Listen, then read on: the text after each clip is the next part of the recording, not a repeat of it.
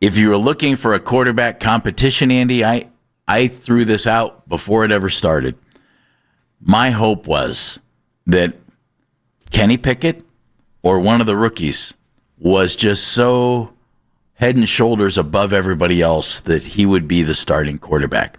Because I'm kind of looking down the road. I'm hoping that the Browns could find somebody this year who they think might be able to be their guy for an extended period of time.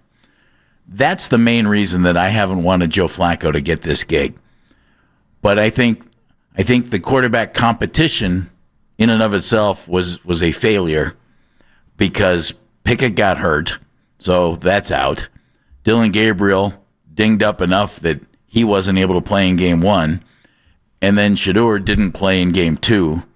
And it just didn't seem to come off very well to me. And it ends up with Joe Flacco being the starter. And I hope he's great week 1. I hope that's wonderful. I hope he plays well all season long if he's the starter.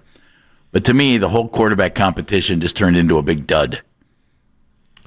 I think the quarterback competition wasn't a dud. I think that if you ask anyone what the biggest argument is in town, it's whether you like Gabriel or Sanders. And so it all depends on where you look. And, the great Larry David said life is a matter of perspective. And I think we all have a kind of a different perspective on this. I do think that Joe Flacco won the job. He didn't. I don't know that he had to be super impressive to win the job. And by the way, we're all going to have tape to see him this week to see how good he is. And so it could add fuel to the fire as you move forward into the season saying, oh, my God, what are the Browns doing? Depending on how much Flacco actually plays this week against the Rams, the game you can hear right here on 92.3 The Fan. Do you think he needs to play in the preseason, though, for anybody to have an idea of what and who he is? I don't think so. No, but I do think that he could ease your mind a little bit about this season if he goes out there and he looks terrific. If the first-team offense looks terrific against the Rams or efficient. The bar in this game is efficient to excellent. If it's anything less than efficient, then I think fans are going to be calling on Monday morning going, I don't understand why Sanders isn't starting. I don't understand why Gabriel isn't starting. Both those guys look better in the preseason. But I will tell you the preseason, and we all know this, but forget about it while we're in the middle of watching it, it is an optical illusion. How many times have you watched the preseason, got to that first game of the year, and then said, wow, that don't look anything like they did in the preseason. What was I thinking? Happens all the time. Well, that's because they don't show what they're really going to do, and defenses don't show what they're really going to do. And they're not playing anybody. Either team isn't really playing anybody. Nothing Flacco can do on Saturday will affect my opinion one way or the other. I mean, Joe's a real competent pro.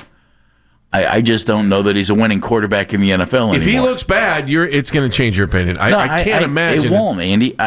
I've seen Joe Flacco play for 17 years. Okay. I don't need one preseason half against the Rams. You put the 40-year-old stigma on him. Well, I saw him last year. Yeah, why are we putting a 40-year-old quarterback I've seen him since he left Baltimore. I think he's okay.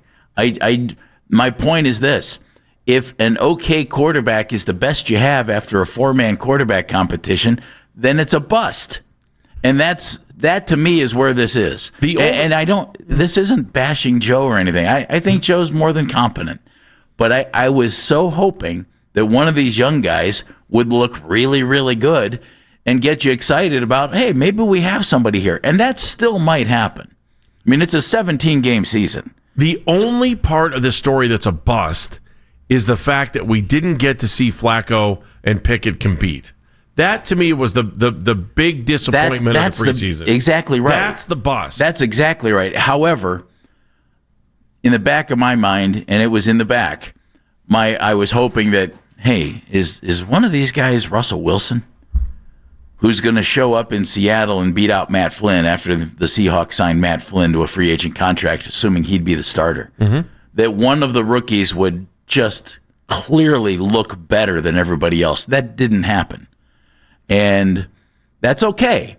That's okay because I think it's a stretch for guys who weren't, upper echelon first-round picks to do that. That said, I wouldn't be stunned if one of them is the starting quarterback by the end of the season. I just think right now, to me anyway, the whole thing is very disappointing because I was so hoping that somebody whose age started with a 2, and that's not about Joe's playing ability, it's about the future of the position for the Browns, that one of those guys would be the guy and would get a really good look at a young guy and figure out, could this be the guy on an extended period? I hope, and Still could happen. You like looking at the long term on this thing. The best long term point that I think we've seen from the Browns so far is the fact that if Gabriel or Sanders is to be the quarterback somewhere down the road, or Pickett, all right, I'll give you Pickett too. If they are, it's actually, this is more about Gabriel and Sanders than it is Pickett. If Gabriel or Sanders is to be the long-term starting quarterback for the Cleveland Browns, they're not throwing them into the fire.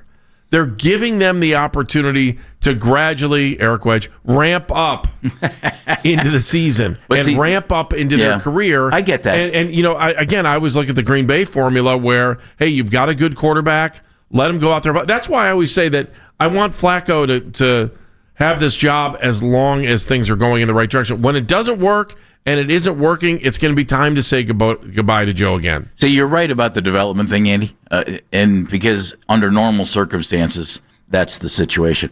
But that's why I was hoping for a Russell Wilson. Mm-hmm. Somebody who surprised you because he looked so effective that you had to start this guy. I was hoping for that with either Gabriel or Sanders. It didn't matter which one. I don't care.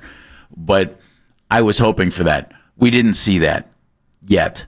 If Flacco is terrific and can play the rest of the year, great. But, I've seen Joe in situations with not real good football teams, not bad football teams, but some of them weren't terrific, since he left Baltimore. And he's looked okay.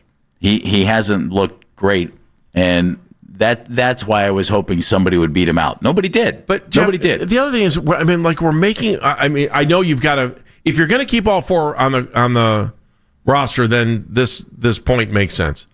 We are basing all of our information on a little 3/4 of one game and 3/4. They're really on 2 rookies that we're basing our information. The sample size is minuscule. It's minuscule. Yes, it is. But they're basing their decision on what they see in practice as well. No, and still, even if you're talking about practice, I'm talking about practice. No, it's still minuscule. I get that, but again, my point, I was hoping that somebody would pull a Russell Wilson. But the fans are also making their decision, and we are too. Let's not hide from that we're making our decision based on what we saw on television in 2 games. And it's like, I'm really, we're going to determine a quarterback's future in 1 game and decide, oh man,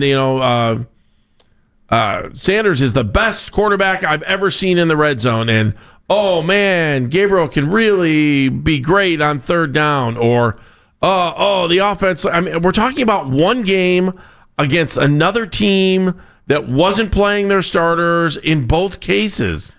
Andy, I don't. I know Sanders got one against the Carolina. Not to completely disagree with you. I'm not basing an opinion on anything.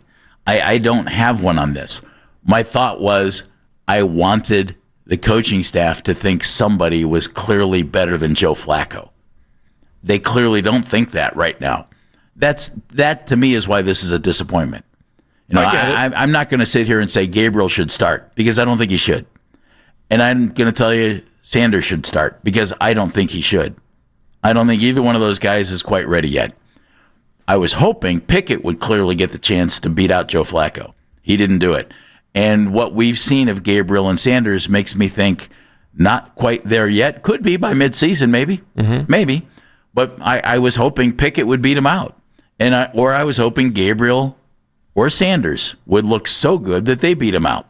Clearly didn't happen. I can also tell you this, that from an entertainment standpoint, and it's fine that Gabriel said that, the guy who's the most fun to want to start is Sanders. Like, I can't even, I don't see any other quarterback that would, like, as a fan, I think Sanders is fun. Andy, some people are entertainers and some are competitors. That's right. But the story itself, you guys are laughing. the story I got itself, the look from Minigan. The story itself is a great story. Like, well, but look, you're talking about a guy that some people thought he was going to be one of the best quarterbacks coming to the college draft. Every team passed on him. He ended up in the 5th round. He came back out. He hasn't complained boo about where he's at. Nope. At least publicly. He's been terrific. He's been great at camp. He did what you asked him to do in the one preseason game that you played him. Everyone's sitting here looking at him like he's the number 4 quarterback. And God forbid, which he is on the depth chart. Yeah, and God forbid he walks out on the field against the Bengals. It starts. I'm not saying this is going to happen, and looks good and helps the team win game 1. Just story-wise, that's a fine storyline, Andy. He's the best storyline there is on this team. He is. First-round draft choice in a bad draft, goes to the team where he just trained right next door, and they loved him, and they embraced him, and then they kicked his butt right out after 2 seasons, despite the fact that he won 60% of his starts. And he went and won a Super Bowl ring. And they had a defense, too. It was crazy. He went and won a Super Bowl ring. He could only play half the game. And he comes to Cleveland with a chance to be the man, the first quarterback in. Then they bring in 3 others, and he gets hurt. But he comes back in the final preseason game, lights it up against the Rams, and is the starting quarterback in Week 1. Redemption written all over Kenny Pickett. There's that storyline. Yeah, and let me tell you the difference. You're PBS, and I'm Fox. I'm fun to watch. People are coming to me left and right. You're asking me for money during the commercials. That's the difference. You know what's fun to watch? Winning football. Thank you very much. We're on the same page. There's the 5'10" quarterback, left-hander from Hawaii, who plays football in Hawaii and makes it in the NFL. Not very many. And then they bring in Shedeur Sanders, the hype machine, after they draft him in the 3rd round. But in Week 1 against the Cincinnati Bengals, he is on the field as the starting quarterback. Oh, my God, what a storyline that is. And that's on WB because nobody gets that channel. No one really wants to talk about it. And then there's this channel. Yeah, there's Joe Flacco, 9-19 since he left the Ravens. He's starting. He's 40. When these guys start making great plays or big mistakes in games that count, we can start dissecting plays. Right now, Shedeur looked pretty good. I liked him. I thought he did a really nice job, and I want to see more. And I thought Dylan did a really nice job. Made one really bad pass, but I want to see more. That's where it is. Let's start seeing these guys in games that matter, and then we can start saying this guy did this and this guy didn't do this. So I also said that 2 minutes ago that the sample size is so small. I don't like breaking it down the way he did and the way I did just there too. It's just not fair. It's not right. Also, Dan, a new pronunciation. Right up there with Stepanski, it was, Somfanski. I like that one. I like that one, too. That's some fancy offensive football right there. That is, man. That's we're going with that. Some fancy footwork. We're going. Stephen, we appreciate the phone call. We hope Shedeur turns out to be incredible. We hope Dylan Gabriel turns out to be incredible. Yes. By God, we want Kenny Pickett to be incredible. Incredible. Why? Because we're tired of not having a quarterback. I'll take 3. Heck, I'll take 4.